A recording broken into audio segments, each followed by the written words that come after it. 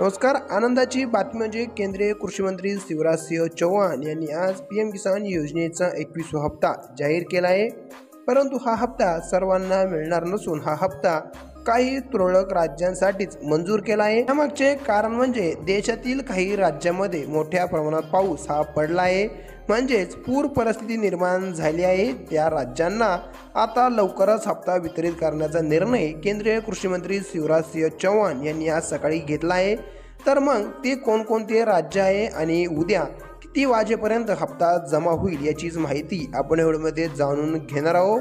सोबतच काय नवीन नियम अटी लावल्या आहे का तीही आपण या व्हिडिओमध्ये जाणून घेणार आहोत. त्याआधी आपण चॅनलवरती नवीन आलेली असाल तर एकच विनंती करू इच्छितो की चॅनल सबस्क्राईब करून घ्या.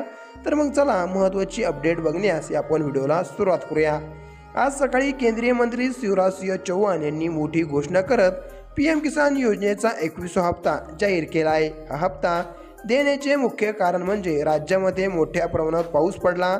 पंजाब, हिमाचल प्रदेश आणि उत्तराखंडमध्ये पूर परिस्थिती निर्माण झाल्याने तेथील शेतकऱ्यांसाठी पीएम किसान योजनेचा 21वा हप्ता व्हिडिओ कॉन्फरन्सद्वारे जाहीर करण्यात आला. महत्त्वाचं म्हणजे महाराष्ट्राला हप्ता कधी मिळणार ते आपण पुढे पाहू. परिषदेला संबोधित करताना शिवराज सिंह चौहान यांनी ही माहिती दिली.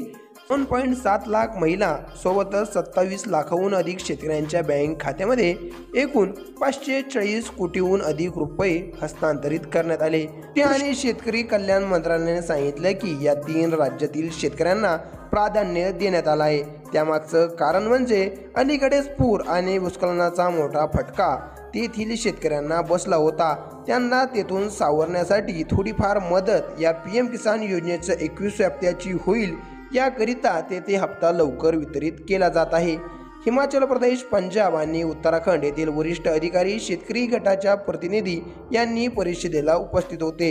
यामध्ये महत्त्वाचं म्हणजे हे झालं बाहेरचे राज्य. हे तिन्ही राज्य बाहेरचे असून आपल्या महाराष्ट्र राज्यामध्ये नेमकी पीएम किसान योजनेचा 21वा हप्ता कधी मिळणार आहे.